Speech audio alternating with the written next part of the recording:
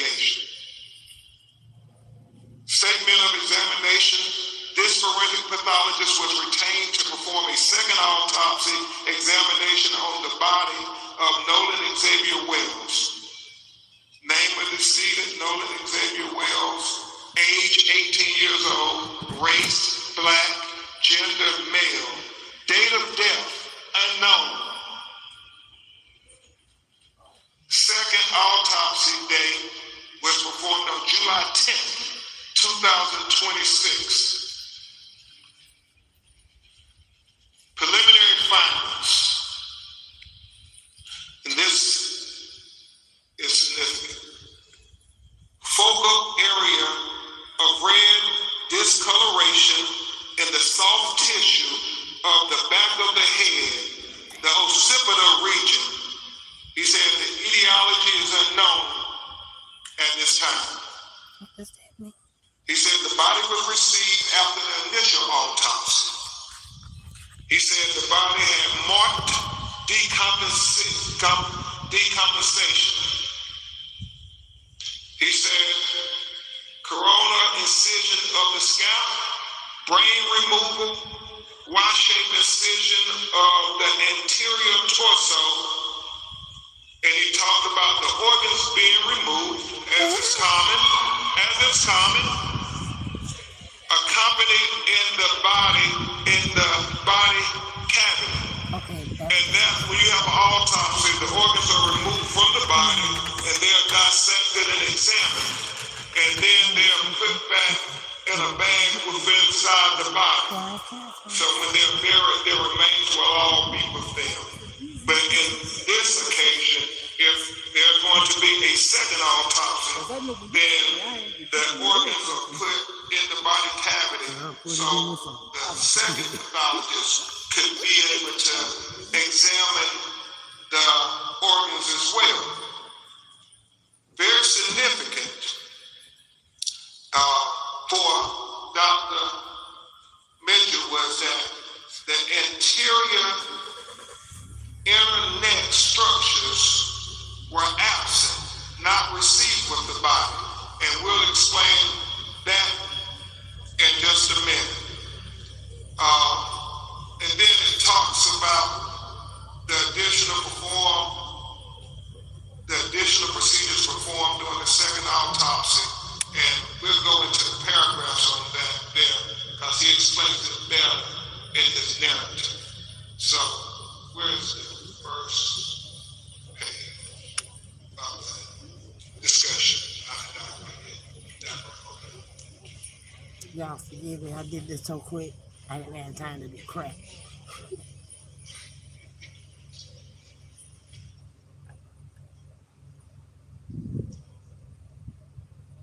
So,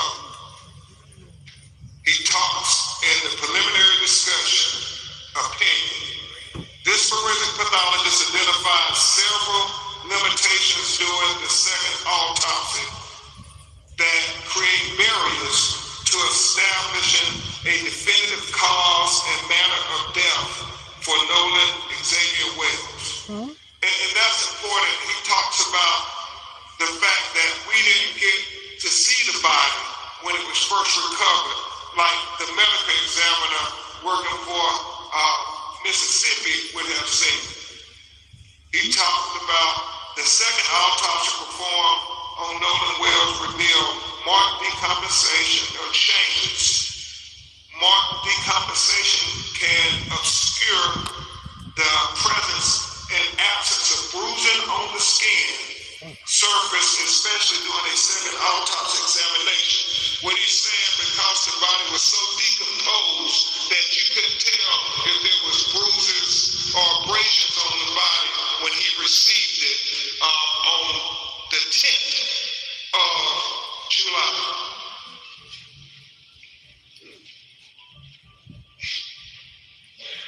For these reasons, additional dissection procedures not performed during the first autopsy examination were performed to rule out potential blunt force injuries responsible for the death.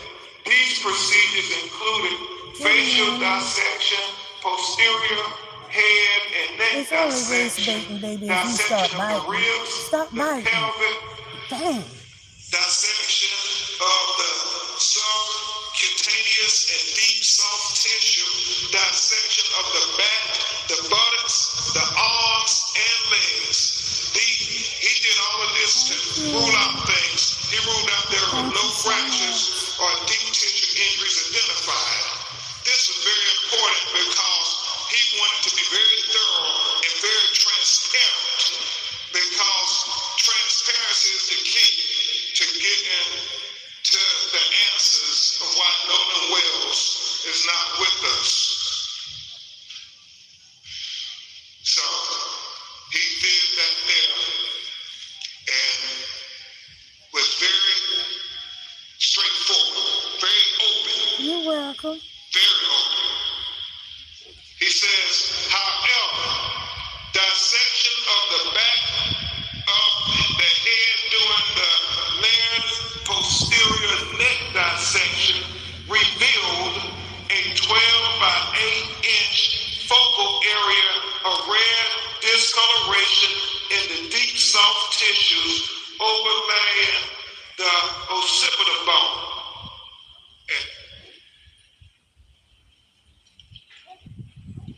He talked about how he found red discoloration when he cut open into the back of his head towards the occipital bone, and he saw the red discoloration, and we actually saw the pictures of it. It's significant. You can't help but notice, why is this dark red here in the back of his head? And so he was important to note that in his report. He said that etiology of this finding is unclear. There are no lacerations of the overlaying skin nor fractures of the underlying skull. These findings are inconclusive for perimortem injury due to both the extensive decomposition and the absence of associated injuries. This finding, however, is significant enough to be highlighted in this preliminary report for further investigation. It is important to reiterate that the finding could not have been observed in the first autopsy because the posterior head and neck dissection were not performed. He said another limitation faced by this forensic pathologist was the absence of the anterior internal neck structures. The trachea and the laryngeal cartilage, the thyroid horn, and the hyoid bone were not received with the body. Huh? Okay. So he's saying Is that normal? that the throat was not received with the body when he got Nolan Wells' body in Washington, D.C. to perform the second autopsy. And so let's discuss that with what he said about that. He said, it is assumed that the initial pathologist retained these structures for additional evaluation. He said the retention of the anterior neck structures during an initial autopsy is a common forensic pathology practice. He was chief medical examiner for 7 years in Washington, D.C., and he said that if they had concern about throat or any fracture or compression of the throat, they too will hold them back. He doesn't know why they held the throat back, but he said the throat was not with the body of Nolan Wells when he received it in Washington, D.C. to perform the second autopsy.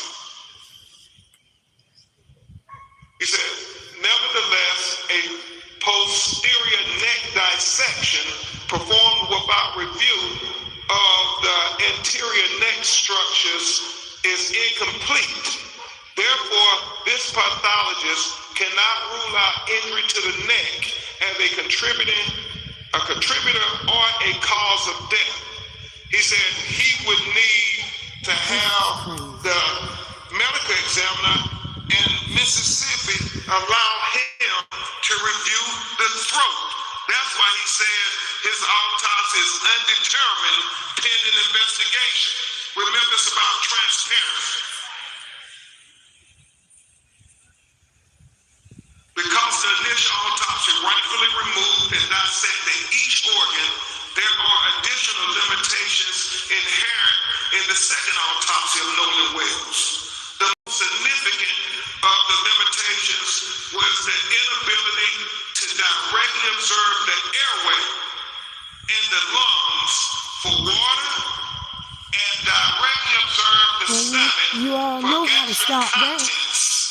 If that's what y'all think he doing, stop doing dumb shit where he can keep showing up. Keep your hands to yourself. Stop being ignorant. That's it. Keep your hands to yourself. Damn. Act like y'all been waiting a long ass time and it gives y'all rights to put your hands on somebody. You need to check how long your family been waiting in this damn country. Y'all need to stop that shit. Don't worry about his pocket. Stop putting money in his pocket. You dumbass. He ain't stupid. Y'all stupid. Cause you keep putting money in his pocket. Cause you give him a reason to show up. So who the fool? Not them. Y'all dumbass. Keep your hands to yourself. The manner and cause of death is undetermined until further investigation. We are hopeful that the Mississippi Medical Examiner would give Dr. Mitchell an opportunity to see their photographs and their observations to the condition of Nolan Wells' body closer in time I do to too. July 4th. That is very important, and we have to continue to demand transparency, President Johnson. This is just. In addition, I just want that. the original toxicology results have not been received His baby should have came home alive, regardless of what it is. We continue to wait. Whether the boys are jealous because the girl like him or not, however it should come out. The truth should be told. And the baby should have came home to his family. Nolan Wells' autopsy by Dr. Mitchell. It is significant to know that there's many things that go into toxicology that only Dr. Mitchell will be able to opine upon, and medical experts can opine upon. And he feels the proper place to do that is before a grand jury in a courtroom. And so we would hope that the district attorney would present Dr. Mitchell before the grand jury as well. We want all relevant, You know, especially not a mama. Mama should never have to bury their child. Lastly, Never have to bury in their child. cases where a death has occurred in or around a body of water,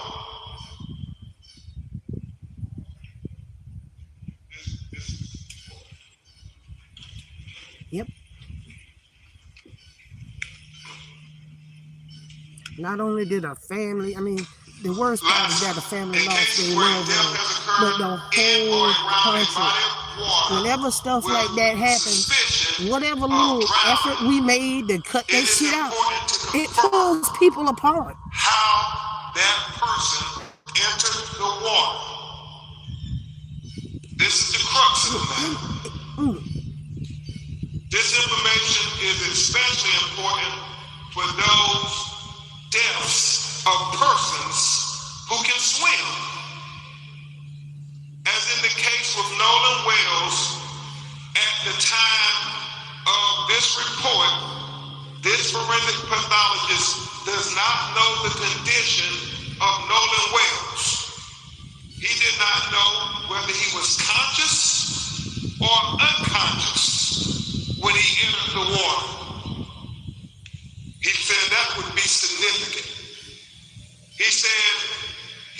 not know whether he was forced into the water or unforced into the water. Now that's true. He said They that do would that. be significant. They only show So up because there be a lot of killers going on, and they don't show up for this. Will be And those families can use it. It would be of utmost importance. Some of them are to shots. being able to determine. But again, we gotta stop giving the shots reasons to show the hell up. Put a dent in that pocket. Defending the circumstances of death are required to determine the manner of death. Gotta stop doing what we doing and acting the way we act. This pathologist cannot rule out two or cause the death of Wells. Understand, he said based on the examination of the body, he cannot rule out foul play. That is significant. With the following questions still outstanding, number one, what were the circumstances that led to Nolan Xavier Wells entering the water? Number two, what was the body's position when it was found? We know that a member of the United Cajun Navy said that he was face down and he was fully clothed. Number three, was there water in the airway? Remember we talked about the lungs and the airways where they fill with water. Number four, is there any evidence of injuries to the anterior neck structure? We got the autopsy without the neck. We got the body without the neck at the time of the second autopsy. Number five, is there any evidence of any intracranial hemorrhage? He said that is going to be very significant. Things that he could not observe at autopsy that the initial medical examiner wouldn't have been able to observe. Number six, what was the composition of the stomach contents? He talks about that being important because when was he found? How long had he been in the water? How long had it been since his last meal? All those things become relevant factors when you're trying to do a thorough and impartial autopsy. And number seven, what are the toxicology report findings? He said the best classification again for the cause and manner of death for Nolan Xavier Wells is undetermined pending investigation. This forensic pathologist reserves the right to review and incorporate additional forensic pathology information into his opinion as it becomes available. He says the above opinions are expressed to a reasonable degree of medical certainty. Dr. Roger A. Mitchell, July 19, 2026. And we know that, as I said, this is only another part of the puzzle. And even though it tells us significant information, we still have more questions than we have answers at this time. And we will continue to press forward and persist, Christine and Elmore, with getting the answers to these questions. Because as you, yes, we will persist.